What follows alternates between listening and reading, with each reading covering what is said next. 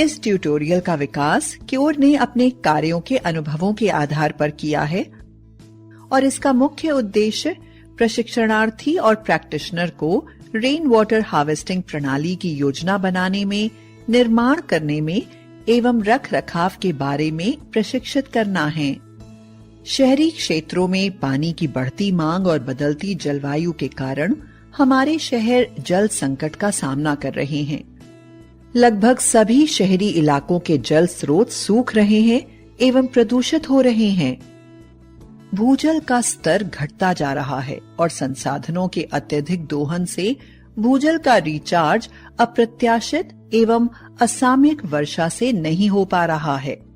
वर्षा जल रिचार्ज वाले क्षेत्रों पर अप्रबंधित निर्माण से इसका प्रभाव शहरी क्षेत्रों को आर्थिक तौर पर ज्यादा कीमत देकर एवं सामाजिक तौर पर महिलाओं एवं बच्चों को ज्यादा दूर से पानी लाकर चुकाना पड़ रहा है। क्या आप जानते हैं कि आपके घर और दफ्तर की इमारत की छत हर साल हजारों लीटर साफ पानी मुहैया करा सकती है? हर मौसम में होने वाली बारिश का पानी ज्यादातर छतों से होकर गटर में जाता है और बेकार हो जाता है।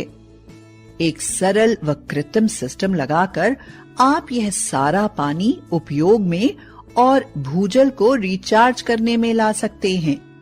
इस उम्दा एवं पारंपरिक विचार का उद्देश्य सामुदायिक प्रक्रियाओं व भागीदारी के माध्यम से शहरी क्षेत्रों में वाटर रेजिलियंस मार्ग तैयार करना है।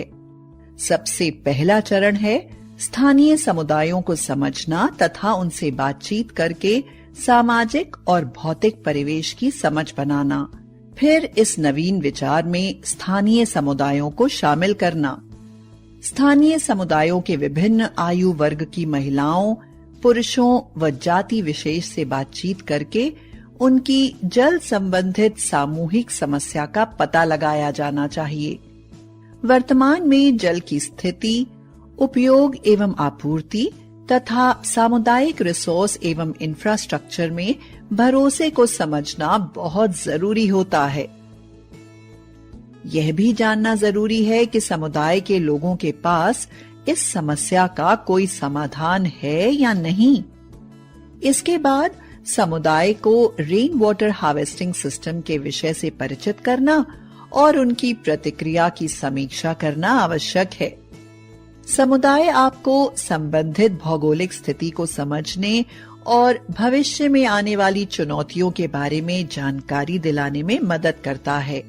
समुदाय के लोगों के साथ भावनात्मक जुड़ाव और कुछ सरल तरीकों को अपनाकर रेन वाटर हार्वेस्टिंग मॉडल को दिखाकर, बारिश के पानी की गुणवत्ता को बताकर और इससे होने वाले फायदों को समझाकर लोगों में विश्वास जगाया जाता है। स्थानीय समुदायों को समझाने के बाद अगला चरण है सही स्थान और सही डिजाइन का चुनाव करना, स्थानीय निर्माण सामग्री की उपलब्धता को देखना, पारंपरिक निर्माण तकनीकों को चुनना एवं कारीगरों और मैनुअल खुदाई के लिए लोगों की पहचान करना। कुछ जरूरी मापदंडों को ध्यान में रखना अत्यंत आवश्यक है, जैसे कि स्थान उपयुक्त होना चाहिए जहां से सभी भवनों की छतों से पानी को ग्राउंड तक चैनलाइज किया जा सके। स्थान किसी सरकार, ट्रस्ट, शहर, समुदाय या व्यक्ति से संबंधित हो सकता है, जैसे कि सामाजिक तथा धार्मिक सभा स्थल, मंदिर, स्कूल, निजी भूमि इत्यादि, जहां से सभी समुदाय के लोग पानी ले सकें। स्थान की ओनरशिप क्लियर होनी चाहिए। यदि भूमि शहर, सरकार, व्यक्ति या ट्रस्ट के ओनरशिप में है तो किसी भी प्रकार के विवाद से बचने के लिए अनुमति लेना बेहद जरूरी है। मिट्टी की जांच और प्रकार को समझना बहुत जरूरी है, जिसके लिए सरकारी दफ्तरों से वहां के लिथोलॉग की जानकारी लेनी चाहिए या फिर आकलन करवाना चाहिए। पानी को दूषित होने से बचाने के लिए स्थान को किसी भी प्रकार के औद्योगिक बुनियादी ढांचे, सीवर लाइन तथा सेप्टिक टैंक आदि से दूर होना चाहिए। यह सुनिश्चित जरूर करें कि स्थान बिजली और संचार केबलों, नालियों, गैस पाइपलाइनों, पेड़ों, दीवारों, सीमाओं और अन्य से दूर हो ताकि निर्माण में कोई बाधा न आए। सामुदायिक रेन वाटर हार्वेस्टिंग प्रणाली को बनाने के लिए स्थानीय निर्माण सामग्री, स्थानीय कारीगरों और मैनुअल खुदाई करने वाले लोगों को शामिल करना चाहिए। इससे भविष्य में रेन वाटर हार्वेस्टिंग प्रणाली के रखरखाव में भी मदद मिलेगी। समुदाय के साथ इन सभी साइट सिलेक्शन पैरामीटर्स को सुनिश्चित करने के बाद अब यह निर्णय लेने का चरण आता है कि रेन वाटर हार्वेस्टिंग सिस्टम के किस विकल्प को चुना जाए। रेन वाटर हार्वेस्टिंग सिस्टम के 2 विकल्प होते हैं, साझा और व्यक्तिगत RWH टैंक। जहां घरों की संख्या 5 से अधिक है और बड़े जल ग्रहण क्षेत्र हैं, वहां पर साझा रेन वाटर हार्वेस्टिंग टैंक की प्रणाली लगाई जानी चाहिए। वहां घरों की छतों से बारिश के पानी को एकत्र करने के लिए इनके बीच ही एक अधिक क्षमता वाले टैंक को बनाना चाहिए। यदि पर्याप्त स्थान उपलब्ध नहीं है तो 1 या 2 सक्रिय रेन वाटर हार्वेस्टिंग टैंक अलग अलग स्थान पर बनाए जाने चाहिए, जिन्हें आपस में जोड़ा जा सकता है। व्यक्तिगत रेन वाटर हार्वेस्टिंग टैंक का निर्माण भूमिगत टैंक या ओवरग्राउंड टैंक के रूप में घर के आंगन या घर के पीछे खुले स्थान पर किया जाना चाहिए। रेन वाटर हार्वेस्टिंग के सही विकल्प को चुनने के बाद चुनी हुई साइट की नपाई करके तथा उसे नक्शे में डालकर एक कच्चा खाका तैयार करने का चरण आता है और उसे समुदाय के सुझाव आमंत्रित करने के लिए प्रदर्शित किया जाना चाहिए। चुनी हुई साइट में मौजूद भवनों की छतों, ग्राउंड स्पेस और कैचमेंट को नापें और इसके साथ छतों की दीवारों के बीच के कोण व विकर्ण दूरी की भी गणना करें। फिर छत के पानी प्रवाह की दिशा को, छत के डाउन स्पॉट और पानी के आउटलेट बिंदुओं को नक्शे में बनाएं। अन्य साइट फीचर्स जैसे सीवर लाइनों, गड्ढे, नालियों, बिजली के खंभों, पानी की लाइनों, हैंड पंप, पेड़, बाउंड्री वॉल इत्यादि को भी नक्शे पर डालें। इसके बाद उपलब्ध कैचमेंट, औसत रेनफॉल, रन ऑफ और जनसंख्या के आधार पर रेन वाटर हार्वेस्टिंग टैंक की क्षमता को तय करने का चरण आता है। रेन वाटर हार्वेस्टिंग टैंक की क्षमता मुख्य रूप से कैचमेंट वॉल्यूम और समुदाय की पानी की मांग पर निर्भर करती है। कैचमेंट वॉल्यूम की गणना औसत वार्षिक वर्षा, कैचमेंट एरिया तथा रन ऑफ कोएफिशिएंट को गुणा करके की जाती है। आइए देखते हैं इनको कैसे कैलकुलेट किया जाता है। कुल औसत वार्षिक वर्षा 5 वर्षों में होने वाली औसत वार्षिक वर्षा के बराबर होती है। यदि अधिकतम वर्षा औसत वर्षा से ज्यादा है तो कुल औसत वार्षिक वर्षा की गणना करने के लिए अंतर को इसमें जोड़ दिया जाता है। उदाहरण के तौर पर यदि छत या जल ग्रहण क्षेत्र 100 वर्ग मीटर, औसत वार्षिक वर्षा जल 0.728 मीटर और रन ऑफ कोएफिशिएंट 0.7 है, तो वर्षा जल की मात्रा 100 गुणा 0.7 गुणा 0.728 यानी 230 क्यूबिक मीटर या 23,000 लीटर होगी। रन ऑफ कोएफिशिएंट दर्शाता है कि पानी किसी विशेष सतह पर कितनी आसानी से बहता है।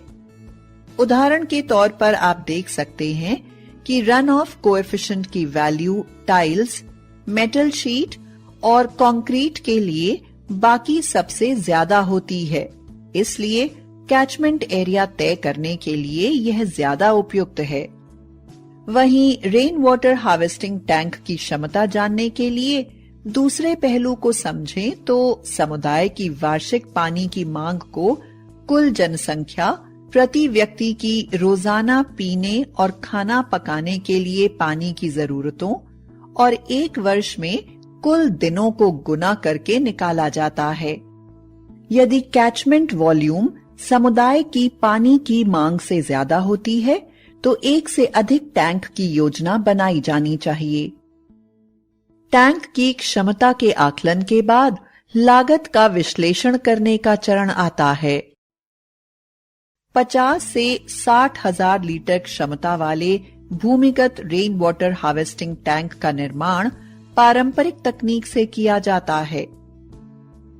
पारंपरिक तकनीक से टैंक बनाने की लागत लगभग 6 से 7 रुपए प्रति लीटर की आती है और गैर पारंपरिक तकनीक की लागत लगभग 8 से 10 रुपए प्रति लीटर की आती है। यह तकनीक बहुत सरल है और पर्यावरण पर इसके नकारात्मक प्रभाव न के बराबर हैं। स्थानीय निर्माण सामग्री का उपयोग होता है और निर्माण के लिए स्थानीय कारीगरों को काम भी दिया जाता है। अब अगला चरण है एक साइट प्लान तैयार करना। सबसे पहले एक कॉन्सेप्चुअल प्लान या स्केच प्लान बनाया जाना जरूरी है। यह प्लान निर्माण के लिए चुने गए स्थान, टैंक के आकार और उनकी संख्या, टैंक के प्रकार जैसे कि भूमिगत, गोलाकार या आयताकार आदि को दर्शाता है। प्लान में गहराई, डाउन पाइप की स्थिति, जल ग्रहण क्षेत्र, छत की ढलान, पानी के बहाव की दिशा, collection chamber, silt trap, overflow इत्यादि का विस्तृत रूप से विवरण होता है। कंसेप्चुअल प्लान के आधार पर एक साइट प्लान तैयार किया जाता है। साइट प्लान नपाई के मापदंडों का उपयोग करते हुए एक विस्तृत स्केल ड्राइंग होती है। साइट प्लान को शहर के निर्माण नियमों के अंतर्गत ही बनाया जाना चाहिए, जिसके लिए आर्किटेक्ट, इंजीनियर, कॉन्ट्रैक्टर या किसी अन्य योग्य व्यक्ति की सहायता ली जानी चाहिए। इसके बाद अगले चरण में रेन वाटर हार्वेस्टिंग सिस्टम का निर्माण कार्य शुरू करना चाहिए। इस चरण में समुदाय का सहयोग लेना बेहद जरूरी है।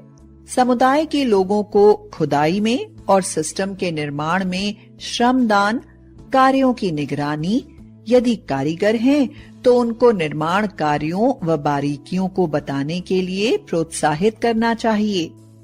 सबसे पहले चूने से टैंक की सीमा रेखा बनाई जाती है। स्थान की उपलब्धता तथा माप के आधार पर टैंक गोलाकार या आयताकार बनाया जाना चाहिए। खुदाई स्थानीय मजदूरों द्वारा या मशीन द्वारा भी हो सकती है। हालांकि हाथ से की जाने वाली खुदाई को प्राथमिकता दी जानी चाहिए। इसके बाद मजबूत बेस तैयार किया जाना चाहिए। लगभग 4 इंच मोटी पत्थर की परत और उसके ऊपर लगभग 3 इंच मोटी कंक्रीट सीमेंट की परत से बेस को मजबूत किया जाना चाहिए। टैंक की दीवार लगभग 230 मिलीमीटर मोटी पत्थर या ईंट से बनाई जानी चाहिए। सीमेंट मोर्टार का अनुपात दीवार के लिए 1:6 तथा टैंक लाइनिंग के लिए 1:4 बनाए रखा जाना चाहिए। इसके बाद टैंक को ऊपर से ढकने के लिए इसके आकार का एक कवर बनाया जाना चाहिए। मजबूती के लिए इसका आधार उचित मोटाई के आयरन के गर्डर में दिया जाना चाहिए, जिसके ऊपर टैंक की लंबाई और चौड़ाई के अनुसार 4 इंच मोटे पत्थर रखे जाने चाहिए। टैंक से पानी निकालने और इसे साफ करने के लिए इसके ऊपर मैनहोल बनाया जाना जरूरी है। कैचमेंट एरिया तैयार करने के लिए साफ सफाई, प्लास्टरिंग, दीवार आदि की मरम्मत की जानी चाहिए। ढलान समतल की जानी चाहिए ताकि वर्षा जल आसानी से नालियों में से होकर टैंक में जा सके। बारिश के पानी को छत से स्टोरेज टैंक तक पहुंचने के लिए दीवार के सहारे अधिकतम 4 इंच के मुंह वाले डाउन पाइप फिट किए जाने चाहिए। उसके बाद पानी को आगे टैंक तक ले जाने के लिए खुली नालियां बनाई जानी चाहिए। छतों से डाउन पाइप में कचरे को जाने से रोकने के लिए कास्ट आयरन की जाली का उपयोग करना चाहिए। टैंक में जाने से पहले बारिश के पानी से गाद को अलग करने के लिए एक सिल्ट ट्रैप का निर्माण किया जाना चाहिए, जिसका आकार नाली या पाइप के मुंह के आकार के आधार पर किया जाता है। इसी प्रकार व्यक्तिगत rain water harvesting retrofit system में प्रयोग होने वाले फिल्टर को घर में ही बनाया जा सकता है।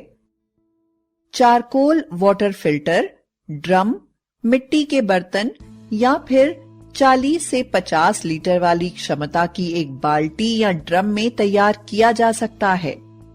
इसमें बजरी, रेत, ईंट के टुकड़ों तथा चारकोल का उपयोग किया जाता है और ड्रम में लेयर के रूप में डाला जाता है, जो कि आसानी से उपलब्ध होते हैं। रेन वाटर हार्वेस्टिंग सिस्टम के निर्माण के बाद अतिरिक्त जल या ओवरफ्लो को ग्राउंड वाटर रिचार्ज के लिए उपयोग करने का चरण आता है। सरकारी नियमों के अनुसार 300 वर्ग मीटर से बड़ी इमारतों में रिचार्ज करना अनिवार्य है। ग्राउंड वाटर रिचार्ज के लिए क्षेत्र के जल विज्ञान की समझ, लिथोलॉजी, भूजल की गुणवत्ता और जल जनित रोग प्रसार के बारे में जानना अत्यंत आवश्यक है।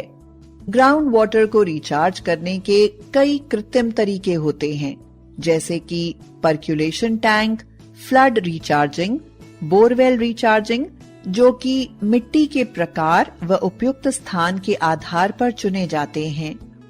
पुराने बोरवेल, कुओं और तालाबों की गाद की सफाई करके ग्राउंड वाटर के रिचार्ज के लिए इस्तेमाल किया जा सकता है। एक साफ सुथरी रेन वाटर हार्वेस्टिंग प्रणाली यह सुनिश्चित करेगी कि पानी प्रयोग के लायक है या नहीं। इसके लिए अगले चरण में स्थानीय लोगों को इसकी जानकारी और इसके रखरखाव की जिम्मेदारी देना अत्यंत आवश्यक है। एक सफल और सस्टेनेबल RWH प्रणाली के लिए रखरखाव से जुड़ी निम्न बातों का पालन किया जाना आवश्यक है। बारिश का पानी अन्य जल स्रोतों से नहीं मिलना चाहिए, ताकि इसे दूषित होने से बचाया जा सके। रेन वाटर हार्वेस्टिंग टैंक और मैनहोल के आसपास के क्षेत्रों, नालियों, सिल्ट ट्रैप और ड्रेन पाइप आदि की सफाई नियमित रूप से मासिक अंतराल में की जानी चाहिए। मौसम की पहली बारिश के पानी को इकट्ठा नहीं किया जाना चाहिए, क्योंकि इसमें वातावरण की अशुद्धियां होती हैं। इकट्ठा किए गए बारिश के पानी के टैंक में नियमानुसार फिटकरी का उपयोग किया जाना चाहिए। टैंक की अंदरूनी दीवार पर काई जमने से बचने के लिए चूने की पुताई की जानी चाहिए। रेन वाटर हार्वेस्टिंग सिस्टम के द्वारा एकत्र किए हुए पानी का उपयोग पीने, खाना बनाने, साफ सफाई आदि के लिए किया जाता है। इस प्रकार आप अपने जल स्रोतों को सुरक्षित कर सकते हैं। स्थानीय सरकारें एवं संस्थान जल आपूर्ति में पैसे की बचत कर सकती हैं और स्थानीय इकोलॉजी यानी पारिस्थितिकी को संतुलित किया जा सकता है। क्योर ने साल 2015-16 में लोगों की भागीदारी और आगरा नगर निगम के सहयोग के साथ आगरा के शहरी क्षेत्रों में 7 सामुदायिक रेन वाटर हार्वेस्टिंग सिस्टम तैयार किए, जिनमें लगभग 25 लाख लीटर बारिश का पानी इकट्ठा किया जा चुका है। उनसे जुड़े घरों में 700 रुपए की मासिक बचत होनी शुरू हुई है और पानी से होने वाली बीमारियों के खर्चों में भी कमी आई है। साथ ही सरकारी डिपार्टमेंट ने पानी की सप्लाई में 35 करोड़ की बचत की। इस प्रकार एक जागरूक और सक्रिय समुदाय के सहयोग से रेन वाटर हार्वेस्टिंग सिस्टम बनाया जा सकता है। अधिक जानकारी के लिए दिए गए लिंक को विजिट करें।